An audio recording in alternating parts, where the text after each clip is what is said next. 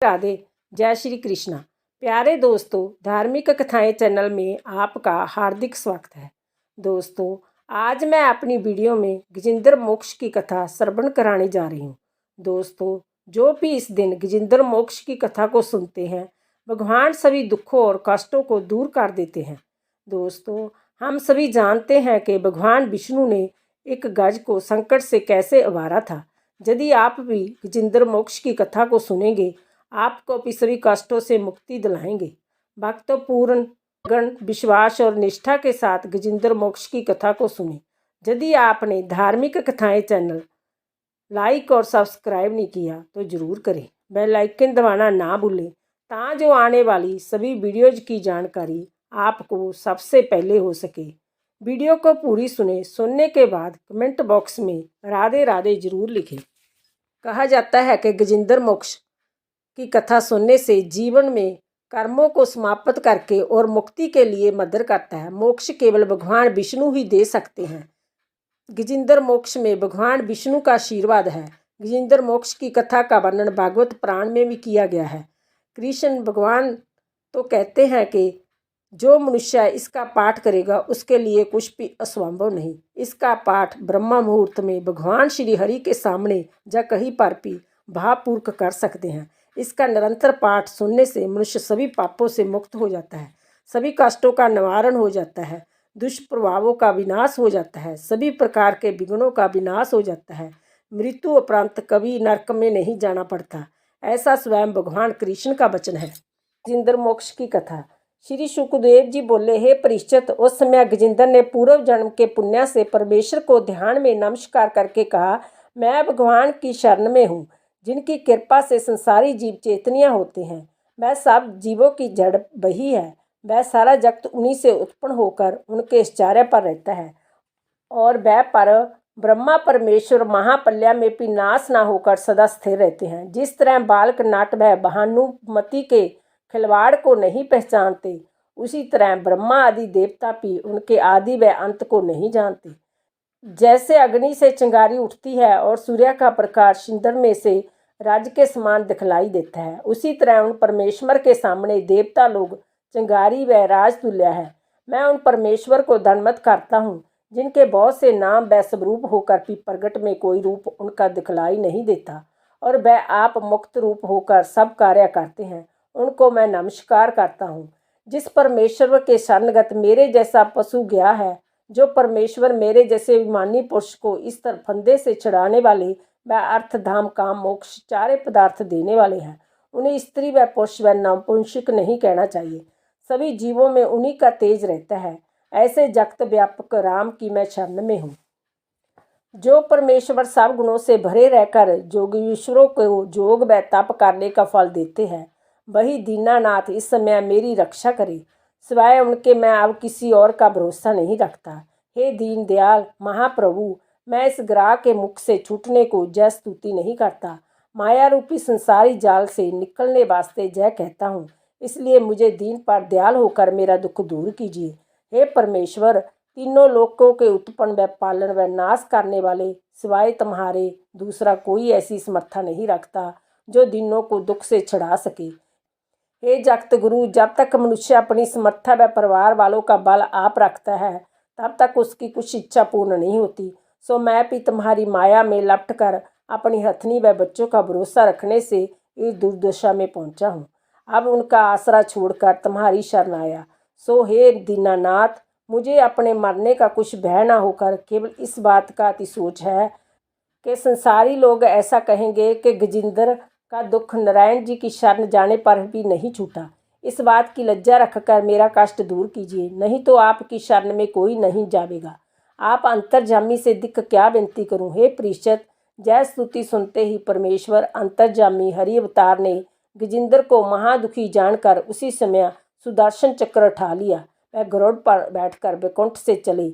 जब गजेंद्र ने, जिसके कंठ में प्राण आ गया था, देखा कि वैकुंठनाथ सुदर्शन चक्र हाथ में लिए गरुड़ पर चढ़े आकाश मार्ग से मेरी रक्षा करने को चले जाते हैं, तब उसने एक पुष्प कमल को सुंड से तोड़ लिया और ऊंचा ठाकर पकारा, हे नारायण, हे जगत गुरु, हे दीनानाथ, हे भगवान, हे दुखभंजन, हे ज्योति स्वरूप, हे श्याम सुंदर, मैं तुम्हारे शरणगत होकर दंडवत करता हूँ। जल्दी मेरी शुद्ध लेवे। जैसे ही त्रिलोकी नाथ ने जय दीन वचन उस दुखियारे को सुना, वैसे ही सुदर्शन चक्र समेत गरुड़ पर से कूदकर पैदल दौड़ी और वहां पहुंचते ही सुदर्शन चक्र से ग्राह का मुख चीर कर मार डाला। वह हाथी को तालाब से खींचकर बाहर निकाल दिया। श्री सुखदेव जी ने कहा, हे परीक्षित, जिस समय ग्राह मारा गया उस समय देवताओं ने आकाश से आनंदपूर्वक दुदुम्बी बजाकर फूलों की वर्षा हरि भगवान पर की और ऋषिवर आदि उनकी स्तुति करने लगे। वह ग्राह परमेश्वर के स्पर्श करते ही एक पुरुष महासुंदर राशि भूषण व वस्त्र पहने हुए आकर नारायण जी के चरणों पर गिर पड़ा। स्तुति व परिक्रमा करके हाथ जोड़कर विनय किया, महाराज, मैं पिछले जन्म में एक गंधर्व था, सो एक दिन स्त्रियां समेत विमान पर बैठकर बिहार को निकला। वह वन में एक तालाब बहुत अच्छा देखकर उसमें स्त्रियां सहित जल विहार करने लगा। उसी जगह केवल ऋषि ही नहाते थे, सो मैंने अपनी ज्ञानता व स्त्रियों के कहने से उन ऋषि का उपहास का विचार कर स्नान करते हुए गोता मारा। वह उनका पैर पकड़कर पानी के भीतर खींच ले गया। जब वह गिर पड़े तब उनका पैर छोड़कर तालाब से बाहर निकाल आया। अपनी स्त्रियों सहित हंसने लगा। तब देवल ऋषि ने क्रोधित होकर मुझे श्राप दिया कि हे गंधर्व, तूने हंसी से हमारा पैर ग्राह के समान पकड़कर खींचा था। मैं इसलिए परमेश्वर से चाहता हूँ कि तू ग्राह जोनि में जन्म लेकर पशु व मनुष्यों का पैर जल के भीतर पकड़ा कर। वह श्राप सुनते ही मैंने अति लज्जित होकर उससे विनय किया, हे मुनि नाथ, मैंने अपने किए का फल पाया, पर अब जय बतलाइए कि इस श्राप से मेरा उद्धार कब होगा। तब ऋषिवर बोले कि तू कई हजार वर्ष तक ग्राह जोनि में रहकर एक दिन गजेंद्र का पैर पकड़ेगा। तब वैकुंठनाथ हाथी को छुड़ाने आएगा। वो आनकर तुझे सुदर्शन चक्कर से मारेगा। तब फिर गंधर्व तन पावेगा, जिनका दर्शन ब्रह्मा व महादेव आदि को भी जल्दी नहीं मिलता। सो मैं पाकर कृतार्थ हुआ। अब आज्ञा दीजिए तो अपने लोक को जाऊं। तब वह गंधर्व परमेश्वर से विदा होकर दंडवत करके विमान पर बैठकर अपने लोक को चला गया। तब हरि भगवान की आज्ञा से उस गज ने भी वह तन छोड़कर मुक्ति पाई। वह इंद्र दमन राजा का स्वरूप होकर चतुर्भुज हो गया और दंडवत व स्तुति करने पर परिक्रमा करने के उपरांत हाथ जोड़कर बोला, हे दीनानाथ, मैं पूर्व जन्म में इंद्र दमन नाम राजा होकर दिन रात हरि चरणों में ध्यान लगा राजा काज करता था। एक दिन जप व ध्यान करते समय अगस्त मुनि मेरे घर आए थे। सो अपने अज्ञान से उसका आदर न करके ज्यों का त्यों बैठा रहा। तब अगस्त मुनि क्रोध करके बोले, हे राजा, किस शास्त्र में ऐसा लिखा गया, जब ब्राह्मण व ऋषिवर व वैष्णव किसी के स्थान पर आवे और उस घर का मालिक उसका आदर व सम्मान न कर मतवाले हाथी की तरह बैठा रहे। इसलिए मैं परमेश्वर से चाहता हूँ कि तू हाथी का तन पावे। जय श्राप सुनते ही मैंने अतिलिज्जित होकर उन सोबिनम किया, हे मुनिनाथ, मैंने अपने कर्तव्य का फल पाया, पर अब जय बतलाइए कि इस तन से मेरी छुट्टी कब होगी। जय सुनकर मुनि बोले, जब ग्राह तेरा पैर तालाब में पकड़ेगा तब वैकुंठनाथ तेरी सहायता करने आवेगा और ग्रह को मारकर तुम्हें मुक्ति देवेगा। सो मैं अगस्त ऋषि की कृपा से तुम्हारा दर्शन पाकर कृतार्थ हुआ।